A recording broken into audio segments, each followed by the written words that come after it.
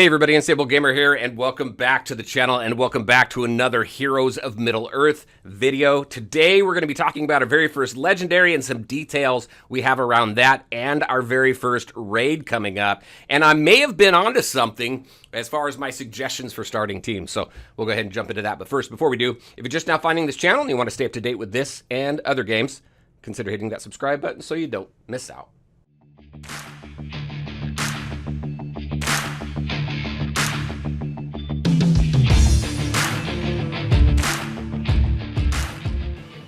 All right, and welcome back. Just a quick reminder, all the links to my social media are in the description below, so definitely check that out.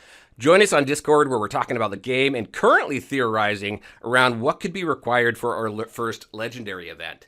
All right, so journey ahead. This is the developer's roadmap. This is what they have been able to share with us so far. It just came out today. So we're going to go ahead and hit on a couple things to make, I just want to make sure to get this information out to everybody. If you want to read everything here, I'll put a link in the description below so you can go ahead and check that out.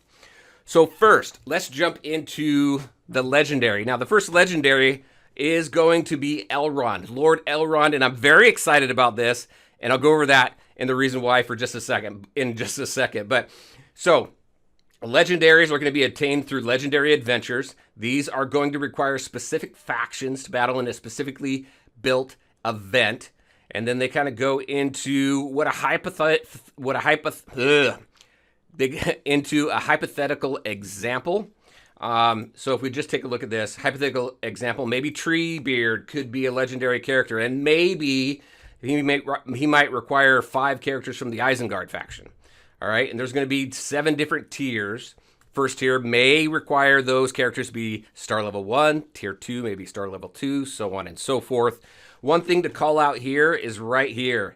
This is a similar format that Capital Games has used in other places, and we're going to be using it in Heroes of Middle-earth. So if you're familiar with Capital Games' Star Wars Galaxy of Heroes and their legendary events, it seems like they're pretty much copying that and putting that directly into this game. So if you're familiar with that, you're going to be very familiar in what to expect in this game. They will be required to have specific factions, and they will be required to have specific star levels.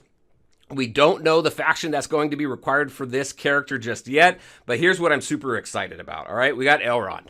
So in my starting teams video, I suggest 2 different teams. I suggest the Hobbit, specifically Road to Rivendell. And then I suggest Rohan, depending on kind of which direction you want to go. My main account, I focused on Road to Rivendell. My free-to-play account, I'm focusing on Rohan just to kind of see, compare the two, right? However, on my main account, Road to Rivendell, it makes sense to me that that is going to be a required team for the Elrond Legendary unlock. Don't know for sure, have no idea. However, here's my thought. My thought is, if you go back to the movie, that's the team that is journeying to the elves to talk with Elrond. And I just think that would be a perfect way to unlock this character and just kind of to parallel it with the movie, right? Also, I think that if you're going to lay something out, especially for your first legendary, you've got that. You've got the Gardener event to unlock Sam. You've got tier 2, which is super difficult to continue to star up Sam. It flows very nicely. So I'm hoping that that's what they did. I don't know what other factions make a whole lot of sense. Maybe elves, possibly, but there's not a whole lot of, I think there's 3 or 4 elf characters in the game. I don't know that there's a full, right now I can't remember, but I don't think there's a full team in there. We have a fully developed Road to Rivendell team. So it makes sense to me. I don't know. Tell me if I'm crazy. Tell me what you think in the comment section below. So that is this, and that's what we can expect as far as our first legendary. We don't know when. So they're going to give us some additional details at a later date on when we can expect this and let us know officially, hopefully let us know officially what's going to be required for this event. So that is our first legendary. Super excited for this. I think it's going to be a whole lot of fun. Now, Mines of Moria. Let's talk about this. This is going to be our first raid. We've been told that this is going to come in sometime in Q3. So earliest we could see it is going to be July.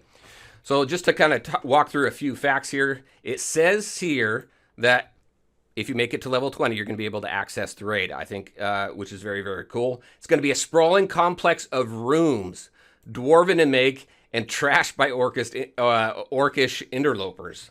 There's a cave troll and most nightmare There's a cave troll, and most nightmarish of all, a dreaded Balrog, which I think we all expected.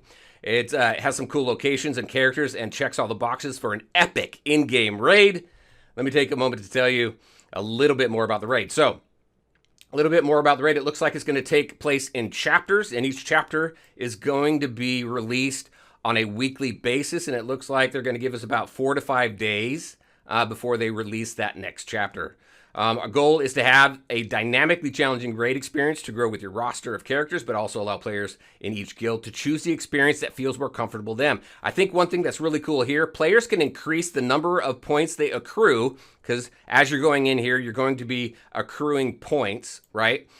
But players can increase the number of points they accrue by increasing the difficulty of the raid of each of their attempts, independent of the guild. This is pretty cool because you could have players of different levels in your guild who just can't tackle the most challenging content of the game, but there may be a level that they can and continue to contribute points to the overall guild reward. So I think that right there is very, very cool. Let's see. Our hope is that players have an entertaining strategic puzzle to solve. So I think that's cool there, while working together as a guild for epic success and rewards. So I'm very curious what all this looks like. They're alluding to a lot of different things. They're giving us a few hints here and there on what to expect.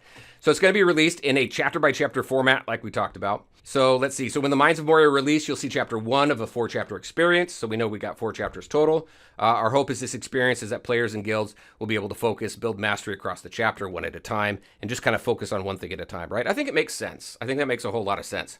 So here we go. Now, you may be asking yourself, why am I doing this? Obviously, we know why we go into raids. Lots of rewards and cool stuff like this. But look at what else they say. As they're talking about rewards, they also say, and maybe a powerful friend you can collect along the way, which makes sense. In a lot of games, as you work through raids, you're collecting pieces for specific characters as well. So don't know who we may be looking for in there. Maybe it's, what if it's Gandalf? What if he is who you collect in here? Instead of him being a legendary character, what if you have to go through the Mines of Moria for him? Which also makes sense to me, only because you got the battle between Gandalf and the Balrog in the movie. So, I don't know. I think that would be pretty cool there. And then they're talking about right here what your first question could be. When are we going to get our hands on it? We talked about it already, Q3 of this year. Earliest we're going to see that is going to be July. But I'm very excited for this. My hopes for the game are very, very high. All right, everybody, that is what I had for you. Some very exciting news on our first Legendary and some details about the raid to come. Again, I'll have the link in the description below. Definitely check it out if you want to read through this, because there's a lot of detail here, or a lot of information here. All right, everybody, that is what I had for you. As always, I want to thank you all for taking the time to watch the video. If you liked it, make sure to hit that like button and share your thoughts and questions in the comment section below. Take care, everybody, and we'll talk to you next time.